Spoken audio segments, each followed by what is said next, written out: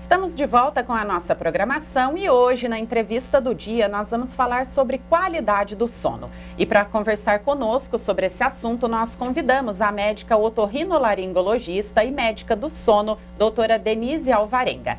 Doutora, seja muito bem-vinda. Obrigada por aceitar o nosso convite. Obrigada a vocês. Doutora, quando a gente fala em qualidade do sono, nós estamos nos referindo a que exatamente? A quantidade de horas dormidas, a profundidade desse sono? Então, é uma pergunta bem peculiar, né? A qualidade do sono é se a pessoa dorme bem, se ela não desperta muito à noite, né? E o tempo, o número de horas também é importante. Então, a quantidade de horas, ela é muito importante e a qualidade também. Isso é avaliado, às vezes, em alguns exames, né? Então, assim, uma pessoa, um ser humano em média, 80%, 90% das pessoas dormem em média de 7 a 8 horas por noite. Então, menos do que isso, 7, 8 horas é pouca quantidade. Muito mais do que isso também não é saudável, tá? Mais do que 9 horas de sono por noite não é saudável também. Então, tem que ter o ideal aí, tem que ter um mínimo. Isso que eu estou te falando é de 80% a 90%. Existem algumas pessoas que são dormidores curtos, que é menos de 1%, que precisam de menos de 6 horas de sono por dia. Mas é muito raro, é uma parcela muito pequena da população. E existe uma parcela também bem pequena da população, que são dormidores longos, que precisam de mais de 9 horas de sono. Quando você fala dos dormidores longos, né, isso me chamou bastante atenção. Isso significa alguma deficiência, por exemplo, do corpo ou não? É uma necessidade específica mesmo daquele ser humano? Não, isso é um código genético, né, que é codificado por um gene que foi descoberto em 2017, que chama gene clock. E esse gene, ele codifica o número de horas que a gente precisa de dormir desde a infância até a idade adulta. E a gente estava conversando um pouquinho antes da entrevista começar a respeito das necessidades de homens e mulheres, que pode variar, né? Então, é verdade que as mulheres precisam dormir mais do que os homens? Sim, as mulheres têm um pouquinho mais de número de horas de sono do que os homens. Uma meia horinha lá a mais. Óbvio que tem homens que são dormidores curtos também, tem homens dormidores longos que precisam de mais. Mas, na média, a mulher precisa de um pouquinho mais de horas do que o homem. E isso tem uma explicação, assim, fácil, prática para a gente? Tem a ver com as atividades que a mulher realiza no dia a dia ou não? Não. É achado de pesquisa mesmo de laboratório. Geralmente a mulher precisa de meia hora a mais de sono do que o homem. Certo. Bom, então vamos falar agora um pouquinho sobre as consequências físicas, sociais, mentais de uma noite mal dormida. De uma noite e também de uma sequência de noites mal dormidas. Bom, uma noite mal dormida, todo mundo aqui já deve ter experimentado, né? Uma noite mal dormida, às vezes está preocupado com alguma coisa, às vezes você não conseguiu se organizar e foi para a cama tarde e dormiu mal, ou ficou preocupado com alguma coisa e não conseguiu dormir. Isso é normal quando você passa por algum período de estresse, quando você passa por algum problema. Então isso é normal, uma vez por semana, uma vez a cada mês, tudo. Agora, quando isso começa a acontecer mais de 3 noites por semana, mais de 3 meses, a gente considera uma doença. Isso já pode ser chamado de insônia, tá? Então, você ter dificuldade para dormir, você passar algum estresse, não conseguir dormir uma noite ou 2 é normal.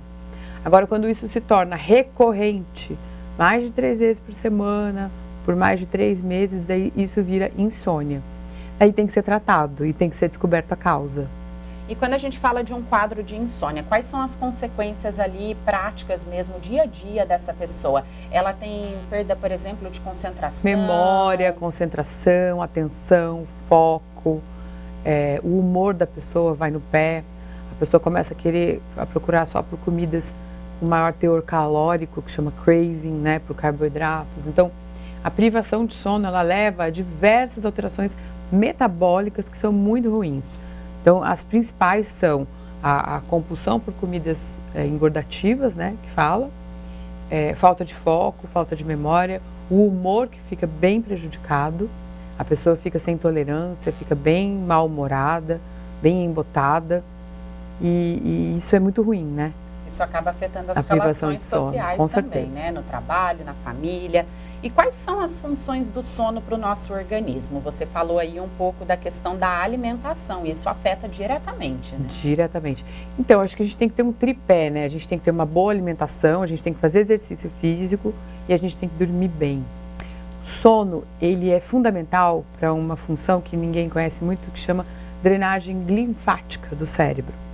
O nosso corpo, ele passa por uma drenagem linfática, que são os vasos linfáticos que drenam as excretas do metabolismo dos vasos das artérias e das veias.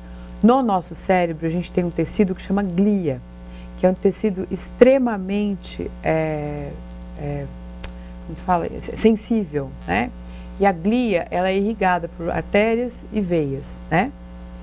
E à noite existe uma faxina que é ativa, que ocorre durante o processo do sono, porque o sono é um processo ativo. Durante o sono acontecem várias coisas que são importantes para o nosso corpo.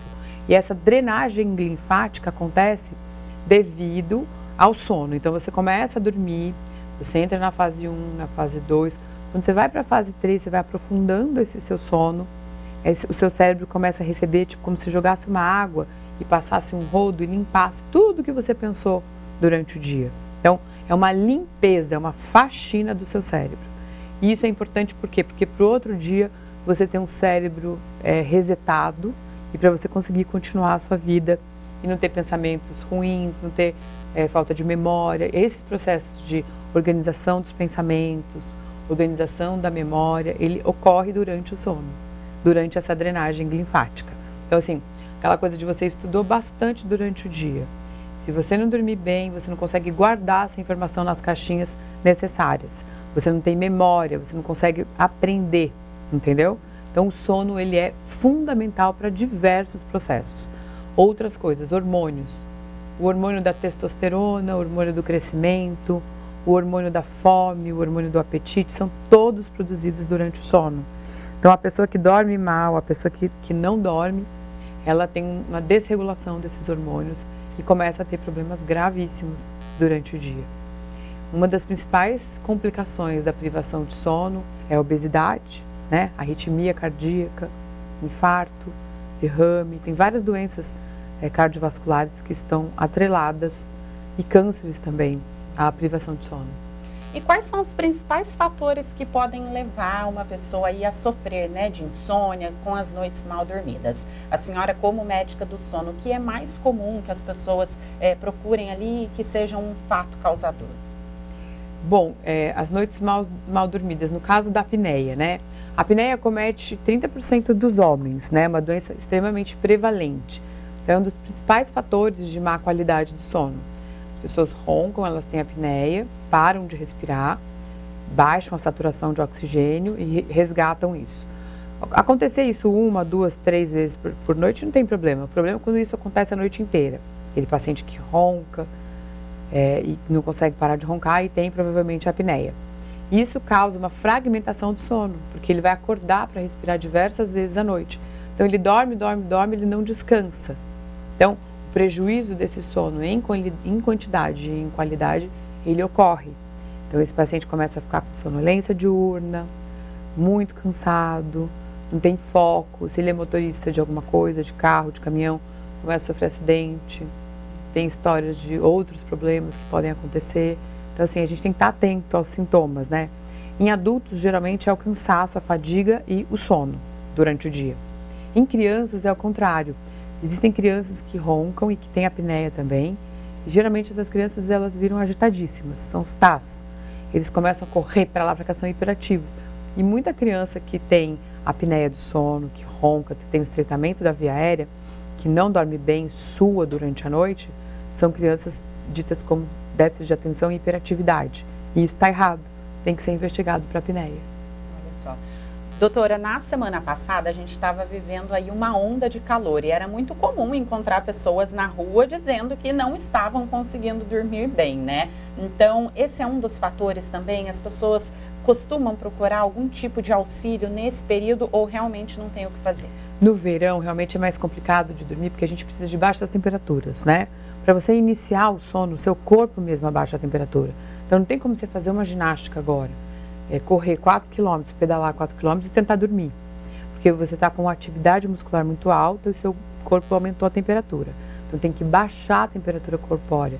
Devido a muito calor, eu recomendo ventilação, água, um banho gelado, para poder dormir melhor, ajuda mesmo. E doutora, algumas pessoas costumam compensar essas noites mal dormidas com cochilos no período da tarde, né? Ou então na noite seguinte, por exemplo, se adiantar e ir para a cama muito cedo. É saudável esse tipo de compensação? O sono, ele é igual ao banco. Quando você deve dinheiro no banco, o banco vai dar um mole para você do outro dia. Você está devendo R$10 hoje. Amanhã esse 10 vira 20, não vira? O sono é igual. Se você não dorme todas as noites, você não tem uma rotina de sono, ele vai te mandar a conta lá na frente. Então, uma noite mal dormida já é um estresse oxidativo que você vai inflamar o seu corpo, você vai ter que pagar lá na frente. Então, é importante dormir todas as noites com qualidade. O sono é uma rotina, igual ao exercício físico, igual a comida. Ah, você pode comer mal um dia? Pode, mas vai fazer isso rotina. E os cochilos, eles são saudáveis? Tem pessoas que têm isso como hábito. O cochilo depois do almoço, ele é muito tradicional, ele é chamado siesta, né? Ele ocorre em países da Europa muito frequentemente e até as lojas fecham das 2 às 4 horas para as pessoas dormirem. Desde que esse cochilo tenha de 20 minutos, no máximo 30 minutos, seja uma coisa breve, ele não faz mal nenhum, ele é ótimo, tá? O que não pode é esse cochilo, que é essa siesta, durar mais de 40 minutos, 1 hora. Daí já é patológico, porque daí já tira a pressão do sono da noite. Entendeu? Entendi. Então tem que ter limite. E nós temos participação também dos nossos telespectadores. Quero, inclusive, aproveitar essa oportunidade para falar para você que nos acompanha, se quiser mandar a sua pergunta para a doutora Denise a respeito da qualidade do sono, fique à vontade. O nosso WhatsApp é o DDD 12 3625 9525. Doutora, a pergunta que chegou aqui para a gente: o uso de melatonina para ajudar a induzir o sono pode trazer algum prejuízo a longo prazo? A melatonina tem mesmo essa função? Então, a melatonina não é o hormônio para induzir o sono. E a melatonina também não é usada para insônia. Sinto muito, eu sei que vocês queriam ouvir outra coisa, mas não é. A melatonina é um hormônio que ele é produzido naturalmente pelo nosso corpo. Então, assim, um jeito da gente produzir melatonina fácil e de não precisar tomar nem suplementar é desconectar do celular 40 minutos antes de deitar. Sair de tela, tudo, porque essa luminosidade de tela, de luz, ela inibe a produção de melatonina pela glândula pineal, que naturalmente volta a produzir se você estiver no escuro.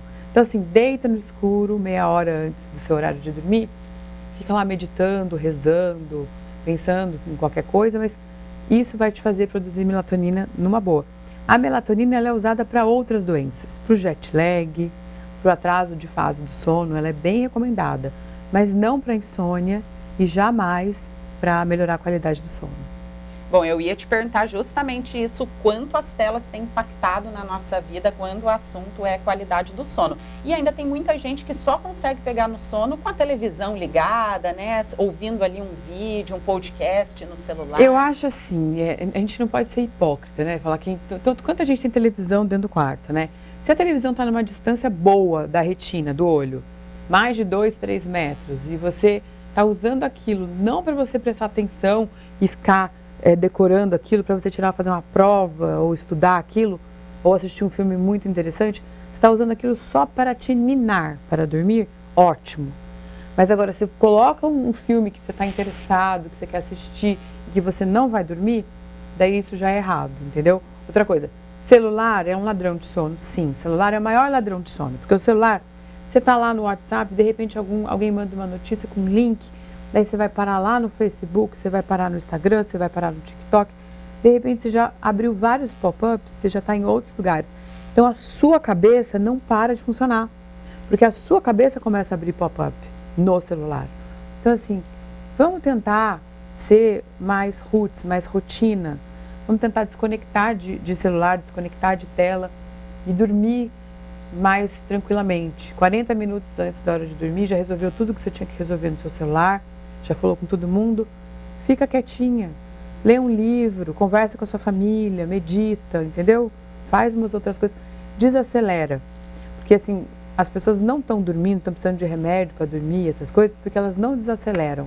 A pessoa deita na cama e acha que é só ligar o botão e desligar o botão, de ligar e desligar. Não é. Você dormir 10 horas, você Você tem que começar a dormir às 8. Tem que tomar banho, tem que jantar cedo, tem que desacelerar as luzes da casa. Quem tem criança em casa, tira as luzes, põe uma música calma. Não vai pôr rock and roll, sair correndo, brincar de pega-pega, logo na hora de dormir, entendeu? É complicado, as pessoas não estão acostumadas mais a dormir, né? E doutora, tem ali dicas, orientações para quem trabalha no período da noite, no período da madrugada? É possível ter uma qualidade de sono trabalhando nesses períodos? As pessoas precisam, às vezes, trabalhar no período da noite, né? Isso aí é muito ruim para as pessoas, não faz bem, mas se for por um período de tempo, eu acho que o corpo aguenta. Existem pessoas que se adaptam melhor, existem pessoas que não conseguem, tá?